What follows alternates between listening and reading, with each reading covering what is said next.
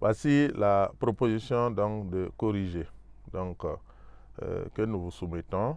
Donc, on a dit de comparer les différentes distances de réaction. Donc, on constate que la DR, qui est la distance de réaction, d'un individu alcoolique est plus élevée que la distance de réaction d'un individu non alcoolique. Ça, c'est le document qui nous le prouve, le document de référence.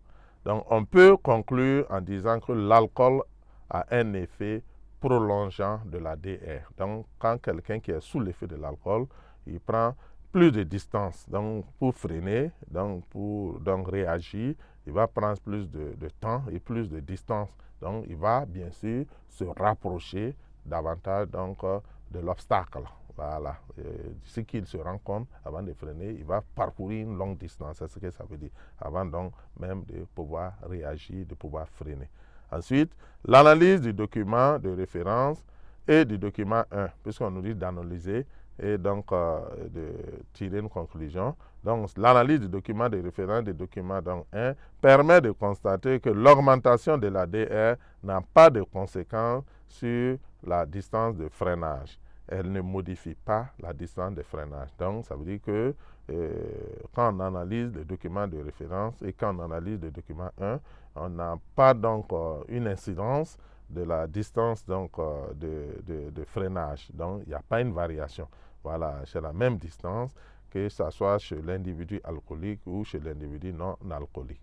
Ensuite, qu'est-ce qui se passe au niveau de la transmission pour un individu qui a bu par rapport à un individu qui n'a pas bu? Quand je dis boire, je parle de l'alcool. Donc, la transmission synaptique d'un individu non alcoolique est normale, entre parenthèses, constituant et fonctionnement. Alors que chez le sujet alcoolique, la transmission synaptique présente une défaillance, donc une perturbation liée à l'alcool. Donc, ça veut dire qu'on constate bel et bien au niveau des documents qui nous montrent la transmission synaptique qu'effectivement, il y a la transmission du messager chimique là est compliquée au niveau de l'individu alcoolique. Au niveau de l'individu non alcoolique, ça se passe très bien. Et les influx nerveux arrivent au niveau de l'élément présynaptique et passent dans la fente synaptique pour atteindre les récepteurs de l'élément postsynaptique sans problème. Mais au niveau de l'individu alcoolique, les messagers arrivent. Mais on voit que pour être transmis à l'élément postsynaptique, il y a un sérieux problème. Donc, la transmission ne se fait pas correctement. Donc, ça ne se fait pas ou ça se fait mal. Et donc, on peut donc conclure que l'alcool a un effet ralentisseur ou inhibiteur sur la transmission synaptique de l'influx nerveux. Donc, pour quelqu'un qui boit, il y a un problème dans la transmission de l'influx nerveux, donc au niveau des synapses. Et ce qui va expliquer donc le retard dans les réactions. Toutes les réactions donc sont lentes parce que l'influx nerveux n'est pas transmis correctement au niveau des fentes synaptiques. Ensuite, et les causes de l'accident, si on demande, l'accident est causé par le temps de réaction élevé chez l'élève X. Voilà. Ce retard dans la réaction s'explique par des perturbations dans la transmission synaptique due à l'alcool.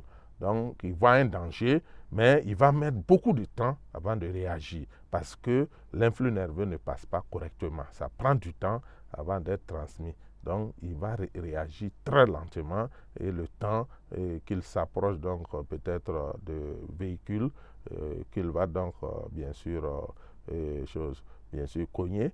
Donc, il va prendre plus de temps. Donc, il a tout le temps de se rapprocher et de ne pas pouvoir éviter le danger. Donc, l'accident va s'expliquer par le fait que la transmission synaptique se fait très mal ou ne se fait pas du tout et que l'élève en question puisse voir le danger à temps et pouvoir réagir pour l'éviter. Donc, cette transmission est très mal faite.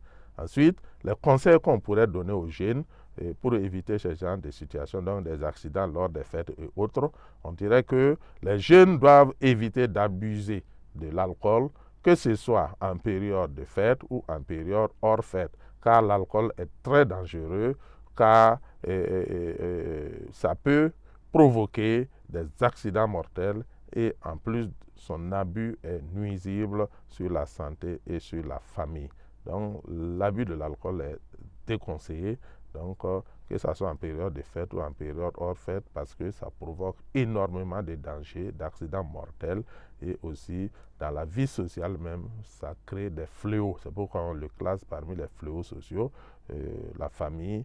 Et donc un alcoolique ne peut pas avoir une vie familiale normale. La vie familiale est fortement perturbée.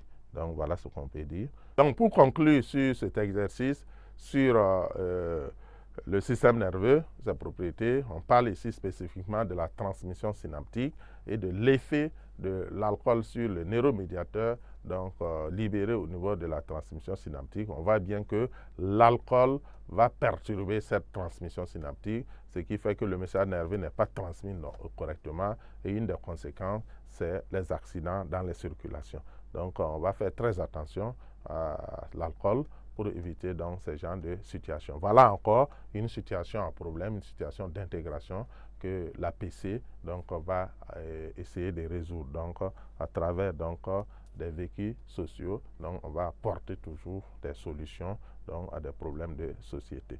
Donc j'espère que les explications vous ont apporté quelque chose. Donc je vous souhaite donc une bonne compréhension et je vous remercie.